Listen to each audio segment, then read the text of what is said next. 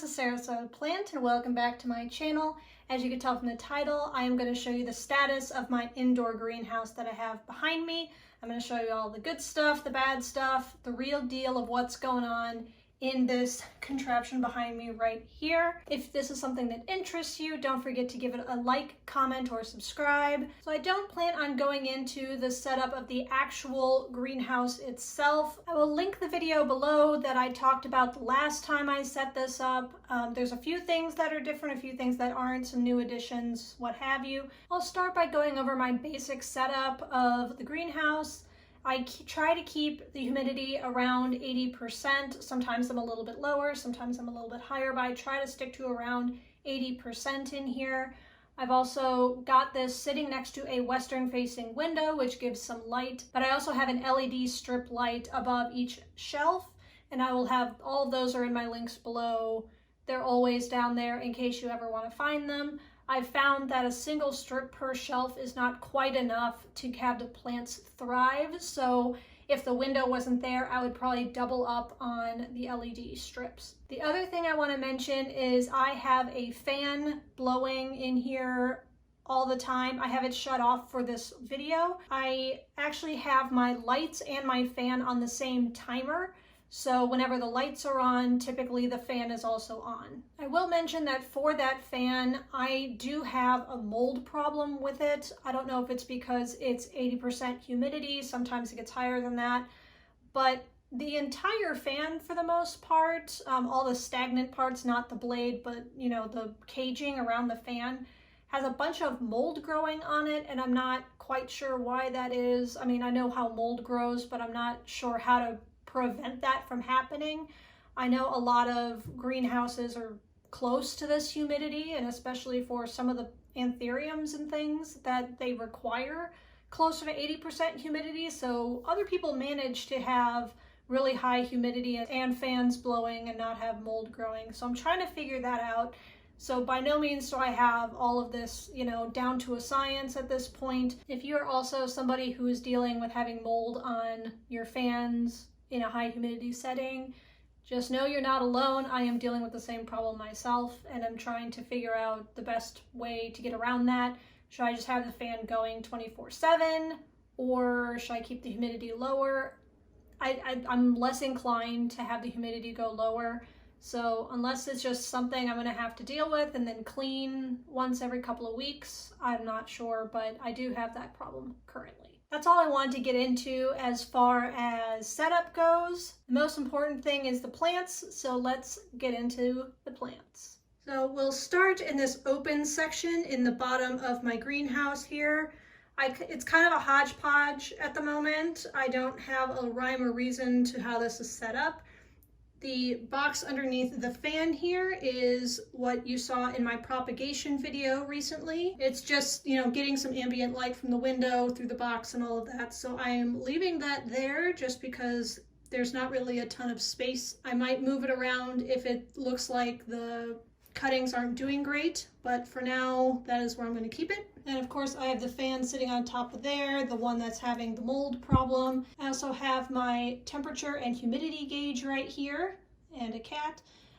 It's dropping rapidly since I have opened up the greenhouse, so the humidity is dropping. It was at about 81 when I opened this up. And then on this side over here, of course, I have my Plumini Eye cutting. It's getting some ambient light from the shelving over here, but that's pretty much the only space it'll stay up and not tip over. I have to keep that one at a very specific angle, otherwise it'll tip over.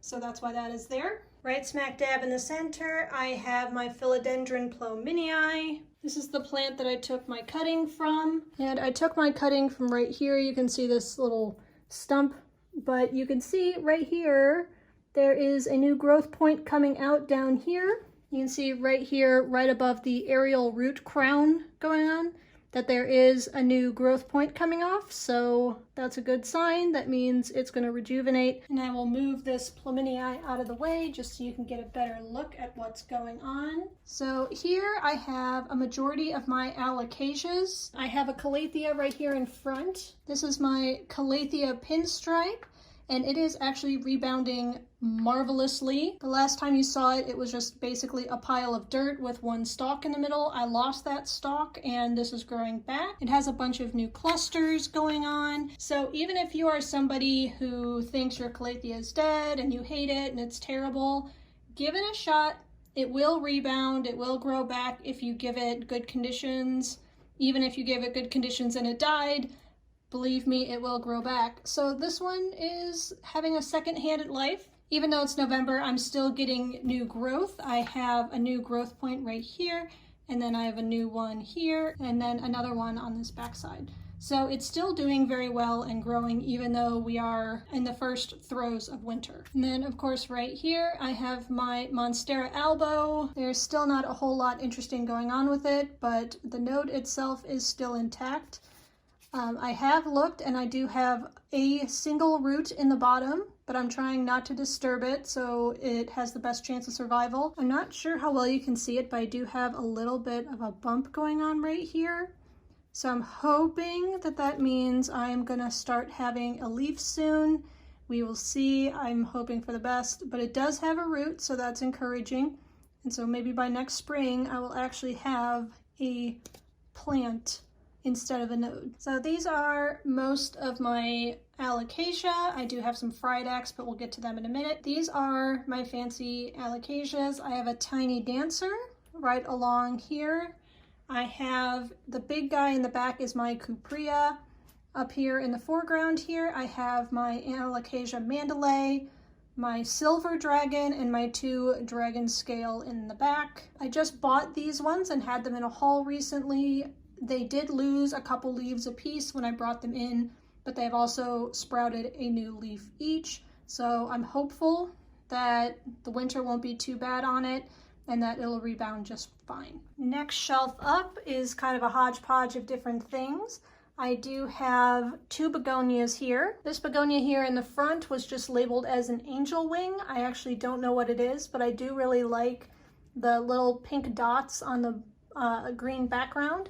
And then it's got red backs, so it's very, very cute. The begonia in the back here is a Begonia Rex, very common. You know, I found that at Home Depot a couple years ago. Over here, I actually have my Syngonium Elbow.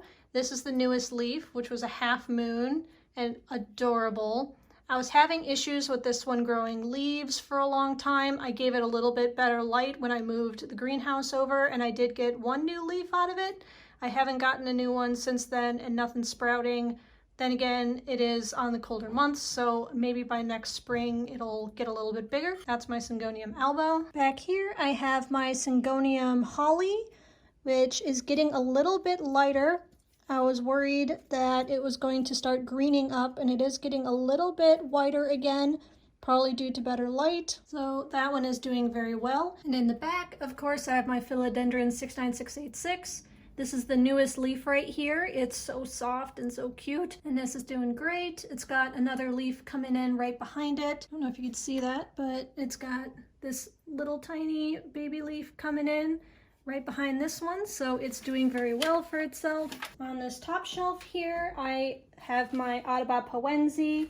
I cut this one in my propagation video right here, and hopefully it'll be coming up with a new plant soon. This right here is the top that I have put in moss and is doing well so far. I have not checked it for roots, but I am hoping it's still doing great in here, and it's got another leaf coming in. So hopefully that works out. Over here I have my Philodendron Gloriosum doing okay. It got a little bit of light damage. As you can see, there's a nice brown stripe around there. So this was accidentally resting up against the light. I had this on the shelf below, so I decided to put it on a shelf with more height to it and prevent that from happening again. This is the newest leaf, which is finally getting bigger. So I think I've finally figured out the formula to making that work a little better. In the back, I will grab these two because you can't hardly see them at all. This is the Monstera Standeliana that has not grown a single leaf for me.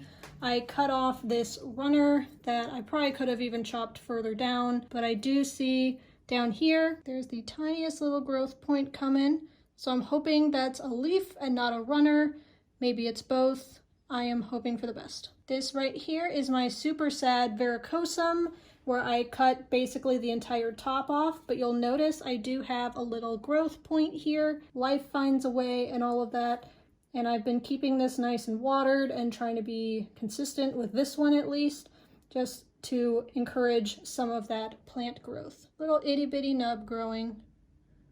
So it's surviving. I didn't murder this plant, it's surviving. All right, down here on this side, I have my Calathea White Fusion and my Calathea Dotty.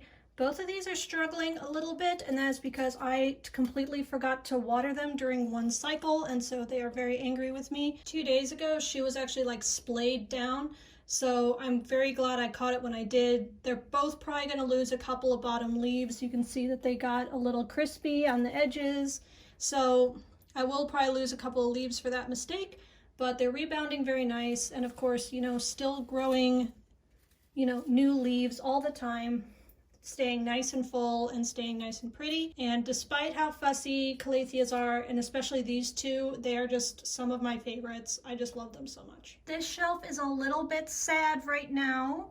I've got my Varicosum cuttings. They have only been in here for about a week, so there's nothing to report there. It's just in some moss.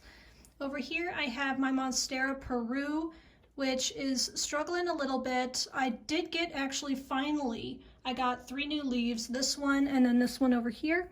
This is the last one that's original to the plant. It is not doing great, but finally I've gotten it to grow new leaves. So I didn't include this in my propagation video. Honestly, I probably should have. This one would have benefited from a chopping, but I do think that this one's doing well enough that I can wait until the spring to chop this one up. I think it's in a desperate need of some propagation in order to make it more full and beautiful. In the back, I have my Anthurium vitarifolium. I do love her very much. Unfortunately, she hasn't really produced that many leaves for me, and she just keeps dropping leaves, so I'm not exactly sure what's going on there.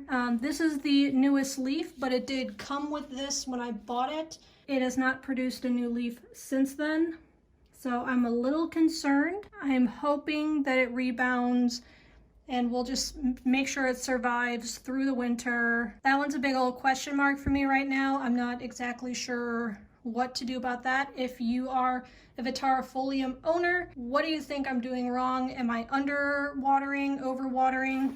Like this leaf right here is starting to turn yellow.